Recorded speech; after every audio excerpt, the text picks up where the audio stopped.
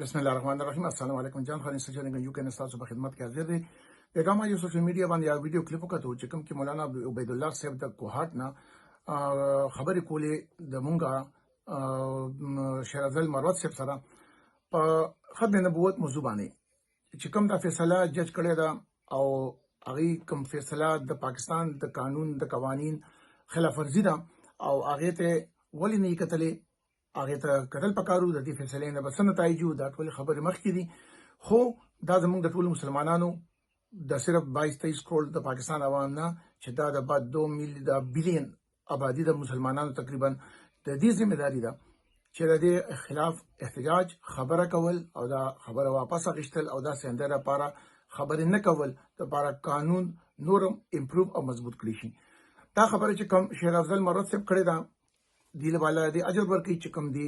د لیګل ریپرزنټیشن د لپاره افر کړی دی او د سره کومګه وګورو نو د پاکستان قانون سوی شدید حسد مفتیانو حضرات علما کرام حضرات په دې باندې خاص کر اوس مفتی طارق مسعود صاحب ډیر کلیریفیکیشن وکړو هغه په خپل ځای باندې دی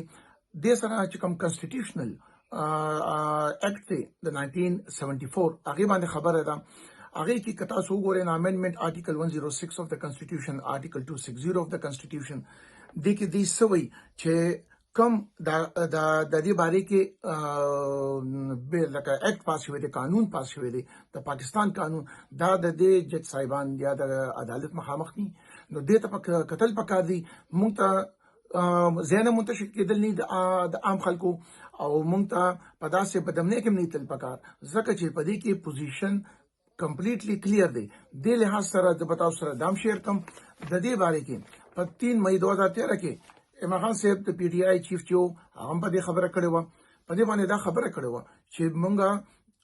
آرټیکل 206 نه 3 پورې د کنسټیټیوشن ډیکلیئرز احمدیز ان نن مسلم چې مسلمانان دي په څه وجوهات دا غي ریزن علما کرام حضرات او لو قانون کلیرلی ویلي دي هغه ډیټیل دي زه به تاسو سره شیر هم کوم چې کوم کې د یو کې هوم افیس پالیسي کوم شای شوی دي هغه په سپټمبر 2021 کې چې امندډ ان 1974 ډیکلیئر احمدیز ایز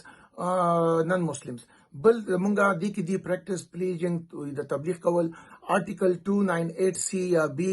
یا 2 د کې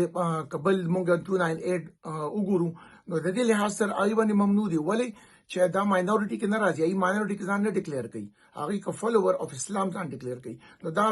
مفتی طارق مسعود سے په دې باندې خپل خبره وکړي او کلیئر کړي دي نو تاسو دې ته وګورئ او دې باندې موږ ته سټینډ په یو ځای غشل پکار دي کوم پولیټیشن دي ټول ته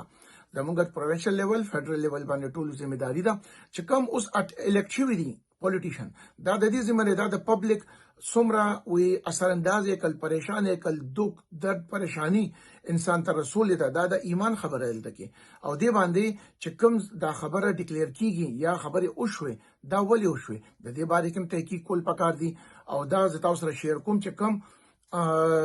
د پاکستان کنسټیټیوشن دا پوسټ کې د کوم تاسو وګورئ د کې هغه وسوي او دا عمران خان صاحب په 2013 کې د ټریبیون شایع کړو خبره اوس هم په دې باندې ډېر خبرې آی کلیپونه واضح دي زمونږ پروینشل کوم وزیر اعلی منتخب کېدو هغه فارورډ کړی دي او هغه ذمہداري ده چې په دې باندې خبره کلیر کی عوام ته او د دې خبرې کې خبر وکړي شي ولی چې په ملک دا سډیر عناصر دي چې بدمنی غواړي هغه دا خبرې دوباره مختلف شکلونو کې راوړي په تعلیمونو سيزونو کې راځي په نور حالاتو کې راځي نو دینه مو ته ګورې سکول پکار دي دی باندې مونږه هرګز چاته دا نه انکریج کوو نه ویو او نه ترجیح ورکو د بدامنۍ یا د نقصان یا هیڅ چاته نه ځکه چې قانون په دې کلیر دی او اسلامیک پوینټ اف ویو په دې باندې کلیر دی نو دا میتاو سره د لپاره شیر کوم کوم چې زمونږ د هوم افیس د یو کې شایع کړي دا 2021 رپورت کې کوم خبر راغلي دي دې ته وګوره په دې کې کلیر کړ دي چې نن مسلم ویلي دي او سیمیلر هولیه کارونه جماعتونه یا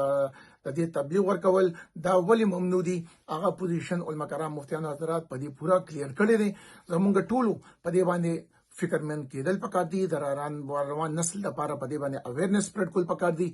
ایجوکیټ کول پکار دي